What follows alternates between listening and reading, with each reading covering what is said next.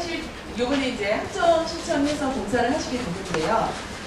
중딩 지난 지가 얼마 안 됐음에도 불구하고 굉장히 낯선 말이죠. 네. 제가 제목을 이렇게 잡았더니 저희 아직 깜짝 놀랐습니다. 품위가 떨어진다고 중학생으로 바꾸라고 그랬는데 제가 그냥 중딩으로 했거든요. 요즘에 보는 중딩들이 요번에 낫떠여를 하시면서 나를 찾아 떠나는 여행이잖아요. 이 프로그램이. 그래서 낫떠여 1기가 정했어요. 이 이름을. 그래서 낫떠여를 하시는 여러분들 선생님들이라고 하겠습니다. 선생님들이 만나야 될 아이들이 보통은 중학생에서 고등학교 1학년까지 이렇게 되는데 그 학생들을 만나게 되면서 과연 어떨까? 내가 중딩을 했을지가 별로 얼마 안 되긴 했는데 그래도 또 걔네들 만나면 선생님들 되게 새로울 거예요. 아이고 얘네들 나도 이랬나? 뭐 이럴 텐데 거기에다가 좀 더 깊이 들어가자면 취약계층 아이들이라고 해서 소개를 받으셨잖아요. 이제 학교를 가던 또는 지역아동센터를 가든 선생님들이 만날 아이들이 중학생이면서 또는 하나 더 붙이자면 조건을 더 하나 붙이자면 저소득층 내지는 탈학교 이런 아이들을 만나게 될 거예요. 그리고 그 아이들의 특징이 있냐? 있을 수 있겠죠. 그렇죠? 그 아이들에 대해서 이야기하면서 그렇게 많이 여러분이 생각했던 것보다 아주 다르진 않을 것 같기도 하고요. 한번 찾아보도록 하겠습니다. 그러면 이제 학교로도 가시는 분들이 있으시고 또 지역 아동센터로 가시는 분들도 있으시는데 일단 지역 아동센터가 뭘 하는 건지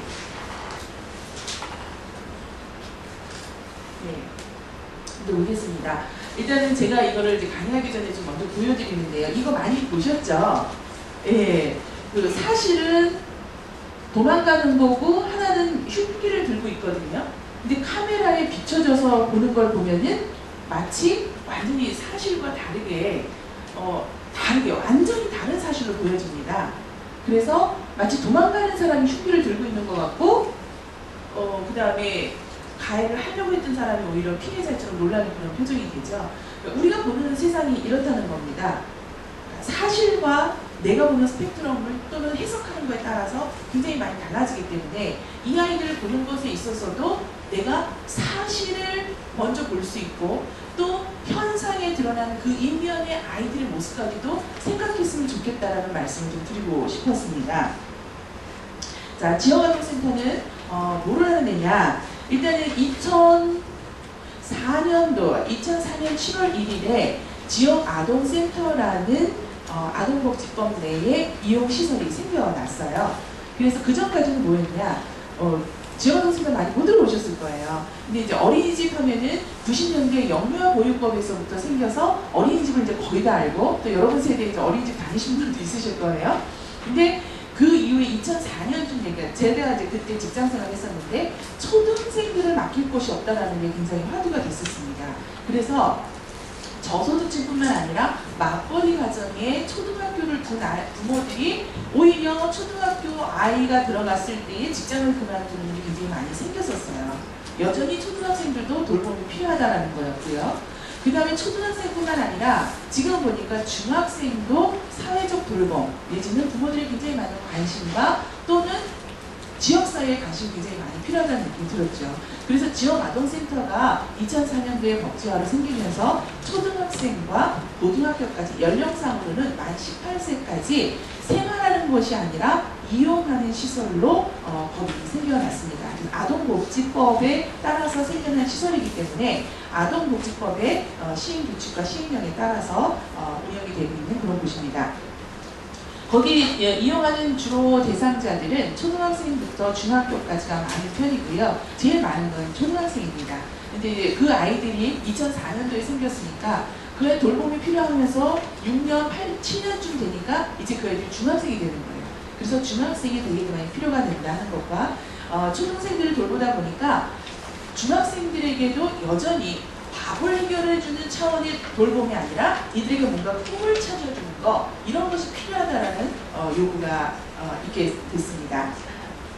아이들은 그래서 지금 대부분의 보호받고 있고 이용하는 아이들은 중학생까지가 제일 많다. 그리고 고등학교 1학년.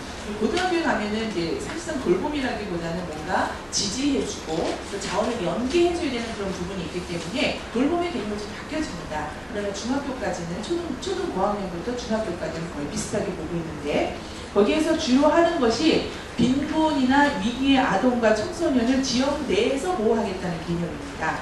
그래서 지금 지역아동센터는 거의 대부분 동마다 하나 이상씩 있다고 보셔도 돼요. 거의 그렇게 돼 있고요. 없는 동들도 물론 있긴 하지만 그 다음 이제 교육적 기능을 수행할 수밖에 없죠. 왜냐면 아이들이 학령기 아이들이니까 초등학교나 중학교나 전부 다 학교를 갔다 와서 이용을 하면 되기 때문에 교육적 기능도 수행을 합니다. 네, 여러분들은 가셔서 지금 멘토링이기 때문에 학습 위주보다는 이 아이가 뭔가 존재감과 꿈을 찾는 삶의 의미를 발견하는 데에 하실 거예요. 프로그램이 그렇게 개발되어서 있거든요. 그래서 그렇게 하지만 학교에서 많이 보시죠. 학습 프로그램 멘토도 있고 또 꿈을 찾는 이런 멘토도 있는 인생 멘토도 있는데 요 낫더여 프로그램만큼은 꿈을 찾아가는 존재감을 찾는 의미를 찾아가는 그런 프로그램인데 학습 프로그램들도 물론 무시하는 갈 수는 없어요. 그래서 그 아이들에게 학습의 동기화 시켜주는 것들도 여러분의 그 부분에 들어갈 겁니다. 그다음 이제 정서적 지원, 그래서 아동의 심리 정서, 자존감 이런 것들을 키워주는 역할들을 지역아동센터에서 하고 있습니다.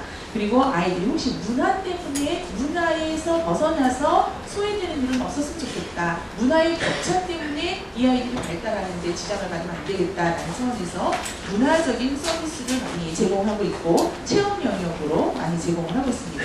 그리고 지역 사회 내의 보호기 때문에 지역이 함께 키우자는 의미입니다. 그래서 이게 우리 연세대가 서대문구에 있잖아요. 그래서 맨 처음에 놔둬야 할 때는 서대문 쪽에 있는 학교들만 하고 있었어요. 이게 지역사회 내 보호예요. 그러니까 지역이 지자체가 되면서 우리 지역부터 하면서 그걸 확장해가는 개념이거든요. 좀 넓게 보자면 시도 개념이 되겠죠. 서울에서 했던 거를 나중에는 경기, 강원까지 확대해가는 그런 거라서 이 지역사회 내에서 지역 안에 있는 아이들을 돌보자 이런 의미가 있어서 그렇게 진행을 하고 있습니다.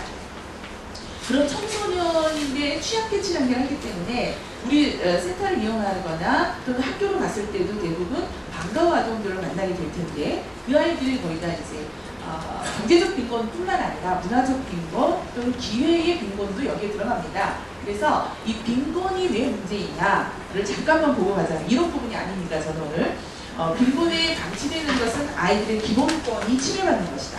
그 다음에 성장 잠재력을 훼손하고 결국은 그렇게 돼서 사회 발전이 다 골고루 이루어지지 않을 것이다. 이런 것 때문에 빈곤이 문제가 되는 거라고 보고요. 그 다음에 빈곤 가정이나 경제적 빈곤, 문화적 빈곤, 기회의 빈곤 이런 빈곤들이 사실은 대물림으로 많이 이어진다는 보고들이 많이 이루어지고 있잖아요. 그렇기 때문에 이런 대물림을 끊어보자. 그리고 교육의 격차를 좀 줄여보자. 이런 취지가 있고 이것이 문제점으로 드러나기 때문에 이것을 예방하기 위한 프로그램들로 이런 멘토 프로그램들이 사회봉사 프로그램들이 생겨나는 거죠. 그럼 지역아동센터 청소는 어떠냐? 한번 상상해 볼까요? 만약에 여러분들은 엄마가 공부를 열심히 하라고 해서 열심히 공부를 했겠지만 또 내가 공부를 열심히 하고 싶어서 열심히 했겠지만 이것이 도전이 안 돼 있는 아이들은 대부분 학습 필요성에 대해서 인식이 많이 없어요. 공부해서 뭐해? 아예 꿈조차를 갖지 않는 거예요. 얘네들이. 공부해도 안 되는 거. 나 공부 잘 못하는 거잖아. 우리 동네 애들 다 공부 못해. 이런 것들로 너무 막연하게 있는 아이들이기도 하고요. 그 다음에 학습의 경험과 성취감을 맛보지 못한 아이들이 있어요. 그러니까 학습은 여러분들 이제 공부하면서 느끼겠지만 뭔가 한번 도전했을 때 그것이 이루어지면서 뿌듯함이 있잖아요. 성취감이 있잖아요. 이것들을 많이 경험하지 못한 아이들이 많다는 거예요. 그러니까 멘토를 하면서 낫더를 하면서 얘네들에게 작은 학습량을 주고 학습 반드시 교과는 아니더라도 어떤 성취할 분량을 주고 그것을 성취했을 때 느끼는 그 기쁨을 맛보게 해주는 게 되게 중요합니다. 이것들이 굉장히 많이 결여되어 있기 때문에. 그리고 또 일반적으로는 그 아이들이 굉장히 산만하다고 많이 봐요.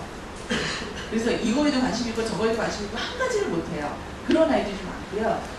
어떤 저희 센터에 온 그 외고 아이들, 외고 하면은 딱 느낌 있잖아요. 공부 열심히 하고 집중력도 있을 것이고 이런 거 있잖아요. 근데 얘네들이 그렇지 못하니까 중학교 아이를 가르치면서 이 아이가 제일 와서 문화적 충격이죠. 걔는 받아들이는 게 뭐냐면 얘들이 왜 이래요? 이렇게 얘기를 하는 거예요. 그러니까 이 아이는 이제 고등학생이니까 아직 인격적으로 성숙한 건 아니고 학습 능력은 뛰어나지만 이 아이가 지원학센터 아이들을 보면서 하는 말이 제일 놀라는 게 그거예요. 얘들 왜 이래요? 도대체 자기 생각으로 이해를 못하는 차원이 되는 거죠. 그래서 이런 학습적인 태도가 굉장히 산만하게 느껴지고 집중력이 엄청 많이 떨어져 있으니까 그런 아이들을 좀 많이 만나실 것 같고요.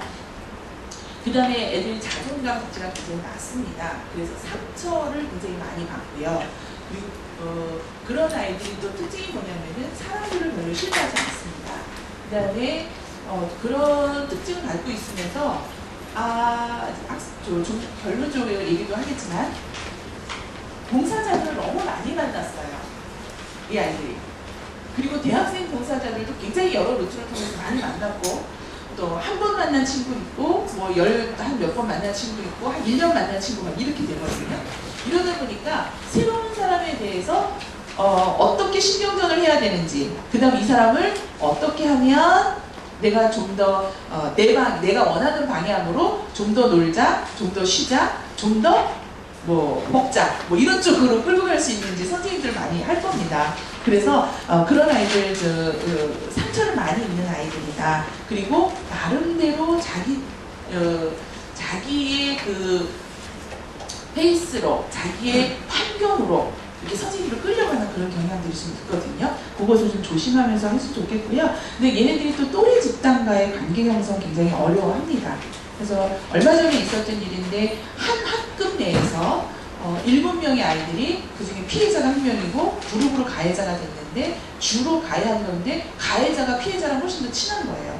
근데 그 겉으로 드러나는 것은 7명이 가해한 걸로 집단 따돌림을 한 걸로 돼 있기 때문에 결과적으로는 2명을 강제 전학시키고 그 다음에 1명도 피해자도 결국은 전학을 할 수밖에 없는 상황이었고 이런 상황이 됐는데 그렇게 되면 3명이 전학을 갔잖아요. 그럼 4명이 남아있는데 이 4명들까지도 멘붕 상태가 오는 거예요. 자기네도 지금 어떻게 적응해야 되는지 모르는 거예요. 학급 내에서. 그래서 이 아이들이 우리 센터에 다니는 아이들이 2명이 거기에 포함이 돼 있었거든요. 그러니까 하나는 강제 전학을 당한 당사자가 됐고요. 하나는 남아있는 애가 됐는데 이 또래 관계가 둘만 된 거예요. 그러니까 또래 관계가 너무 어려우니까 지금 얘도 무조건 전학시켜달라는 걸 요구하는 거예요. 그러니까 아이들이 또래 관계가 이만큼 잘 안 됩니다. 그러니까 사실은 왕따라는 것 자체가 나 스스로가 왕따 되고 있는 경향들도 중등들은 굉장히 많이 갖고 있죠. 청소년과 관계 형성할 때는 대략 이렇게 이론적인 부분들 잘 알고 있는 거 넘어가고요. 이걸 같이 고민해보고 싶습니다. 10대들 유유 했습니다. 그냥 딱 공감이 가죠? 유유. 예. 한번 볼까요? 중2병이라고 들어보셨죠? 예. 그 다음에 제일 많이 하고 있는 것은 요즘에 대한민국의 중2를 다스리면, 중학생을 다스리면 대한민국을 잘 다스리고 있는 거라고 얘기가 되고 있습니다. 그만큼 고등학교 가면은 너나 할 거 없이 취약계층이든 공부를 잘하는 애들은 모두 다 공부에 전념을 하고요. 그 전에 이제 중학교 시대에 모든 걸 다 경험을 합니다. 왕따도 경험하고 안 하고 싶은 것도 경험하고 별의별 걸 다 경험하기 때문에 그러니까 사춘기가 굉장히 아주 쫙 묶여져 있어요. 중학교 그 시기로 딱 묶여져 있어서 그때 고민을 많이 하면 참 좋은데 고민을 할 시간도 없이 어른들 흉내내는 것들을 많이 좀 하고 있죠. 예, 그 다음에 좀 심한데 남자 중학생을 짐승이라고 표현을 많이 합니다. 들어보셨나요? 여기 남학생들 끔찍하죠. 예, 이런 얘기까지 있고요. 요즘 초딩을 뭐라 그런지 아시나요? 개초딩이라고 그러죠. 그럼 중딩은요? 모 중딩이 있어요. 네, 그렇게 씁니다. 거의 짐승하고 맞먹습니다. 근데 얘네들 이제 반항하는 거, 그 굉장히 멋있어 보이거든요. 그래서 애들 멋있어 보이기 때문에 하고요, 반항. 그 다음에 멋부리기. 그 다음에 청소년들은요, 75초에 한 번꼴로 욕을 합니다. 저희 집이 굉장히 고상한 집입니다. 제 스스로. 저희 아이가 지금 대학생인데요. 중학교 때 욕을 하는데 얼마나 잘하는지 저한테 한 건 아니잖아요. 우리 집에서 안 쓰거든요. 그러니까 부모님들은 애들 다 집에서 천사인 줄 알아요. 근데 나가서 보면 다 똑같거든요. 그래서 제가 엄마들 상담할 때 이러죠. 전철 안에서 눈 거슬렸던 애가 내 모습이라고 생각해라. 그러면 엄마는 아니 그런 전철 안에서의 모습이죠. 우리 애는 천사예요. 이러시거든요. 그래서 내가 거기까지만 하고 안 해요. 속으로. 거짓말 하지 마세요. 진짜거든요. 이렇게 나가는데 이것을 처음 접한 사람들은 굉장히 당황하게 되는데 사실은 이들은 별 의미가 없어요. 욕이라고 어른들은 욕이라고 그러면은 그거에 대해 욕에 담긴 의미를 받아들이는데 얘네들은 의미가 없어요. 그러니까 그냥 75초 안에 한 번씩 그냥 해요. 그 다음에 조금 하는 애들은 또 침도 뱉죠. 예, 근데 애들 사이에서 그게 문화입니다. 문화. 네, 센터 오는 애들 요보다 좀 더 심하다고 보셔도 될 것 같고요. 좀 더 순진할 수도 있어요. 좀 더 힘이 없기 때문에 그럴 수도 있고요. 그리고 대한민국에 지금 초등학생들은 꿈이 있답니다. 그런데 중학생은 꿈이 사라지는 시기라고 해요. 그리고 아예 절망해버리고 포기해버리는 그런 시기라고 하고요. 어떤 분은 이 우리나라의 학교 폭력, 학폭, 가폭 뭐 이렇게 얘기하죠. 그 다음에 이런 여러 가지 폭력의 문제들이 전체적인 시대의 우울이라고 얘기를 합니다. 그래서 이 시대를 전체적으로 아우르고 있는 이 우울의 시대를 살고 있는 중딩들에게 또는 고1들에게 여러분이 만날 그 멘티들에게 어떻게 하면 좋겠느냐. 자, 우리나라 청소년을 대표하는 단어는 그럼 한마디로 뭐냐? 열등감과 무기력이라는 겁니다. 저는 그래서 지역아동센터 아이들만 열등감과 무기력을 가진 줄 알았거든요. 근데 보니까 대한민국 전체의 고민이더라고요. 그래서 이 아이들이 가지고 있는 그 열등감과 무기력은 전교 1등 하는 학생에게도 열등감이 있었다는 거예요. 무기력이 있다는 거예요. 그게 대한민국 전체를 아우르고 있는 시대의 우울이라고도 표현을 할 수 있을 것 같습니다. 그럼 그들에게 어떻게 해야 될까요? 75초에 한 번꼴로 욕을 하는 아이들, 자기네끼리 하면은 완전히 얘기가 달라집니다. 저희하고 선생님들 세대가 다르면 선생님들 세대하고 걔네 세대하고 또 다르거든요. 여러분들이 겪었던 준비, 그거 지금 상상이 안 가는 거죠. 해마다, 시간마다 달라지고 있으니까요. 그들에게 어떻게 해야 될까요? 지역아동센터에서 보면은 이 아이들을 엄마 입장에서 돌보고 싶어 합니다. 그래서 선생님들이 40대 여성이 가장 많이 있어요. 그건 중학교도 비슷합니다. 학교도. 그리고 방과후 선생님이나 지역아동센터 선생님들이 40대 여성들이 가장 많다 보니까 엄마의 역할을 참 잘합니다. 여러분들 아시겠지만 엄마의 역할이 뭐예요? 무조건 용납해주고 공감해주나요? 관계없이 엄마 하고 싶은 얘기만 하는 게 엄마들이죠. 네, 그렇습니다. 저도 그렇습니다. 집에서는. 여러분들에게 이렇게 부탁하지만 집에서는 여전히 잔소리하는 엄마거든요. 40대 여성들이 그렇습니다. 남편에게도 잔소리, 아이들에게도 잔소리. 그러니까 이렇게 잔소리를 많이 듣는 아이들에게 대학생 멘토 선생님들이 와셔서 해줄 수 있는 거는 그들을 무조건 용납해주고 무조건 공감해주는 겁니다. 물론 공감이 먼저겠죠. 그들의 마음이 뭔지 빨리 친해질 수 있거든요. 12주 안에 여러분들 굉장히 바쁜 시간 내서 1학점밖에 안 되는 거를 하지만 그래도 이 아이들에게 만나줄 때 정말 센터 입장에서, 센터 엄마 입장에서 선생님들에게 부탁하고 싶은 것은 그들에게 공감해주라는 것을 부탁하고 싶어요. 이들이 왜 이렇게 할 수밖에 없나? 왜 무기력할 수밖에 없나? 왜 욕을 할 수밖에 없나? 왜 열등감을 갖고 살아갈 수밖에 없나? 라는 것에서 선생님들이 가장 격차가 작은 거예요. 그 아이들하고. 그래서 그 격차가 작은 것을 가지고 여러분들이 해주실 수 있는 거가 있다면 공감해 주셨으면 좋겠어요.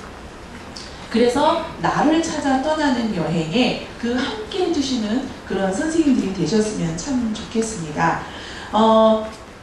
이분 잘 모르실 거죠? 도쿄대 건축학과 교수 안도 다다오 교수라고 하시는데요. 이분이 지금 건축학계의 멘토로서 대한민국을 방문해서 이거 준비하면서 이거 괜히 보여줘갖고 좀 민감한 문제 건드리는 거 아니야 이런 생각도 했는데 보여주고 싶었어요. 이 교수가 멘토로서 한국을 방문해서 건축학과의 그런 세미나들을 같이 하게 되더라고요. 9월부터 진행돼요. 근데 이분의 인터뷰 내용 중에 가장 제 가슴에 와닿았던 부분이 바로 저겁니다. 중학생 때 정열적인 수학 선생님을 만나서 기하학의 재미를 알게 됐고 그러면서 그때 만난 젊은 목수를 도우면서 건축의 재미를 느껴서 했다고 해요. 그러니까 저 같은 경우, 여자들 같은 경우는 초등학교 때 가졌던 상상과 생각들이 굉장히 많이 진로에 영향들을 주는데요. 남자애들 같은 경우는 좀 더 늦는 것 같습니다. 그래서 중학생 때에 좋은 멘토를 만나게 되면 그 아이의 인생 자체가 바뀌어지는 거예요. 굉장히 많이 달라지는 거예요. 여러분들은 어떻게 보면은 지금 한 학기 할 거야 라고 생각하고 단순하고 쉽게 접근했을지 모르지만 어떤 순간 어떤 아이에게 이런 기회를 제공하는 멘토의 역할을 하실 수 있는 분들이라는 거예요. 그리고 이 아이들 자체가 중학교 때 굉장히 중요한 멘토를 만나게 되면 인생 자체가 꿈이 생기는 거예요. 그래서 이게 낫떠여거든요. 이 낫떠여의 중요성이 바로 여기에 있는데 여러분들이 그 굉장히 중요한 사명감까지도 가지신 분들이라는 거예요. 이런 멘토 나중에 훌륭하게 돼서 전 세계적으로 다니면서 일할 수 있는 아이들이 지금 여러분이 찾아가는 지역아동센터와 학교에 있을 수 있어요. 그 아이들을 만나시는 그 멘토가 되시는 선생님들은 언젠가 그 아이가 인터뷰를 할 때 내가 중학교 때, 내가 고등학교 때 낫떠여라는 연세대 멘토 형을, 누나를, 언니를 만났을 때 나한테 너무 인생이 중요했다. 이 얘기를 할 수 있는 사람을 가능성이 지금 여러분들한테 있는 거거든요.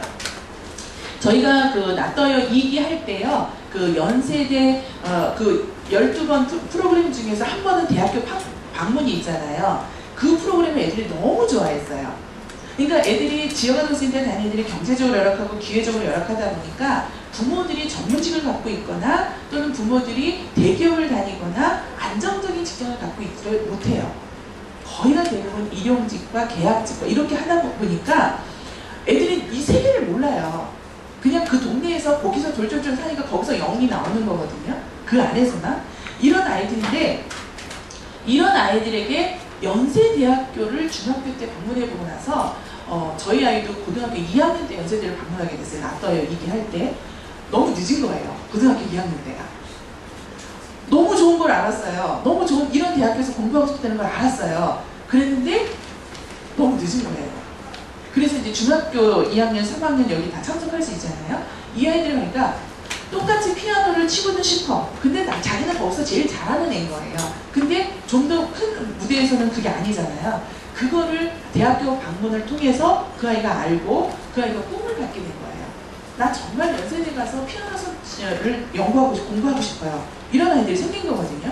이건 굉장히 중요한 그 계기예요. 그래서 이번 그 낫떠여에도 또 제가 많은 기대를 하게 되는데 그래서 이런 얼마든지 이런 여러분이 멘티를 만들어낼 수 있는 멘토시기 때문에 이걸 기대하시면서 참여하셨으면 좋겠습니다. 결론입니다. 낫떠여, 나를 찾아 떠나는 여행이죠. 여러분들이 그 신청한 멘토 프로그램의 프로그램이죠. 여기에 죄송하지만 같이 한번 읽어볼까요? 따옴표 안에 있는 거 시작. 자원봉사자 그들은 나를 사회봉사의 과제로 여긴다. 뭘까요?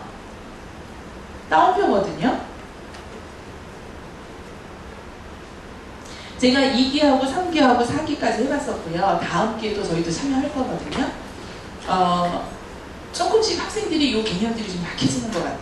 굉장히 중요하게 이 아이의 인생에 굉장히 중요한 의미의 시기인데 그래서 연세대학교에서도 그 교수님들도 이걸 굉장히 의미 있고 아주 훌륭한 프로그램을 평가하고 있는데 참여하시는 선생님들이 점점 의미가 약해지는 거예요.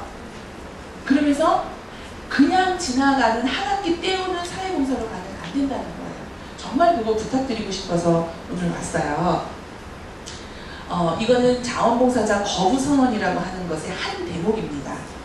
자원봉사자를 거부하는데 제가 아까 말씀드렸죠? 이 아이들 자원봉사자 굉장히 많이 경험했다고요? 자원봉사자를 경험하고 언제 떠날지 다 알아요. 언제 시험인지 다 알아요. 애들. 시험 때 되면 이 선생님들이 나한테 어떻게 대할 거지라는 거 다 추측하고 있어요. 선생님들이 얘네들이 정말 소중한 만남으로 다가오는 것과 한 학기 그냥 떼어야지, 학점 채워야지, 그냥 요즘에는 취직하려면 봉사가 있어야 되니까 라고 생각하고 참여하시지 않았으면 좋겠어요. 그거 애들이 다 알기 때문에 그 아이들이 언젠가 이럴 거예요. 나 낫떠여 거부합니다. 할 수 있을 거예요. 이 아이들이. 이거는 장애인이 한 고백이에요. 장애인이 자원봉사자들이 자기를 찾아와서 자기를 도구화한다는 걸 알았어요. 그리고 그것을 책으로 썼어요. 우리나라의 자원봉사자가 지금 굉장히 활발히 되고 있고 굉장히 좋은 일이라고 생각합니다. 이것을 너무 의무적으로 받아들이기 시작하면 정말 의미 없는, 정말 재미없는 프로그램이 될 거예요. 이 아이들 인생을 바꿔줄 수 있는 멘토들로 다가가시는 거예요. 그들에게 정말 소중한 만남의 멘토로 기억되시는 여러분들 되셨으면 좋겠습니다. 그렇다면 멘티와 멘토의 굉장히, 여러분들 참여했을 때 멘티에게만 영향력을 줄까요? 아니거든요. 멘토로서 참여하신 분들이 멘토로서 성장하는 것을 경험하실 겁니다. 그렇기 때문에 여러분의 성장과 함께 멘티에게 좋은 기회를 줄 수 있도록 이 멘토와 멘티가 소중한 시간 여러분들 내시잖아요. 그 소중한 시간이 헛되이 가지 않도록 여러분들이 정말 조금 더 마음을 주셔서, 좀 더 마음을 열어주셔서, 그들에게 좀 더 공감해 주셔서 그들에게 좋은 아주 소중한 만남을 가질 수 있는 축복된 가을 학기가 되셨으면 좋겠습니다. 네, 감사합니다.